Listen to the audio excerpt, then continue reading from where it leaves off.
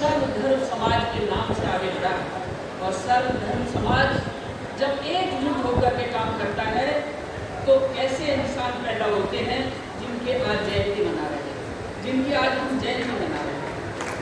मैं इनके संबंध में दो शब्द कहना चाहता हूँ। मैंने अभी सोचा कि भाई अब्दुल कलाम जी जो देश के प्रथम नागरिक की हैसियत से इस देश में रहे, जिनको मिसाइल मैन के नाम से जाना, वैज्ञानिक क्षेत्र में जिन्होंने क्रांति की और जय विज्ञान का नारा जिन्होंने हमें अपने जवान पर दिया, हम उनके बारे में भी सोचें तो एक ही बात है कि ऊपर वाला है कि ब्रह्म ने कुछ लिखा भाग्य में, ब्रह्म ने कुछ लिखा भाग्य में मनुज नहीं लाया।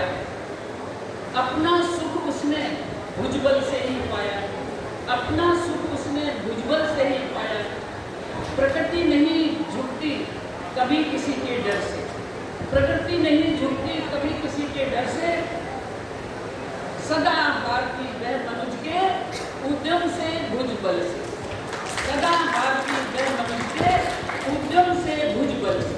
अब इसी का प्रारूप, इसी का स्वरूप, इसी की रचना का एक रचनाकार जिसकी हम जयंती मना रहे हैं, जिन्होंने जब पद संभाला तो उन्होंने अपने परिवार के लोगों को राष्ट्रपति भवन में जब रखा, 21-22 दिन उन्होंने रखा, लेकिन 21-22 दिन का पूरा खर्चा जिसने अपनी जेब से जमा कराया।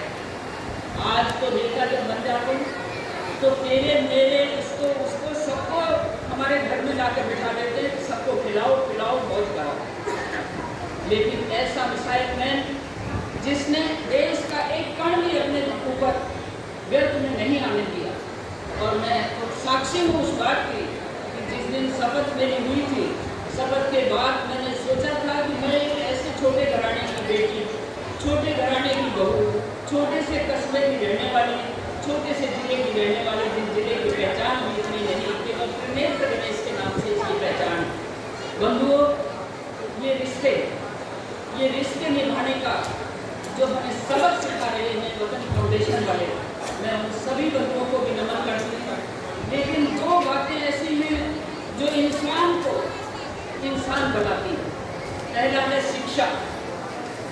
शिक्षा का शिक्षित व्यक्ति का कभी शोषण नहीं होता, ये हमेशा ध्यान रखने की बात है। और संस्कारित व्यक्ति का कभी पतन नहीं होता। शिक्षित व्यक्ति सदैव अपनी बात को ईमानदारी और धर्म के साथ रखता है और इसी तरह से वो जीवन को, अपने जीवन को दूसरों के लिए जीता है। मैं इसलिए आपसे ये कहना चाहती हूँ कि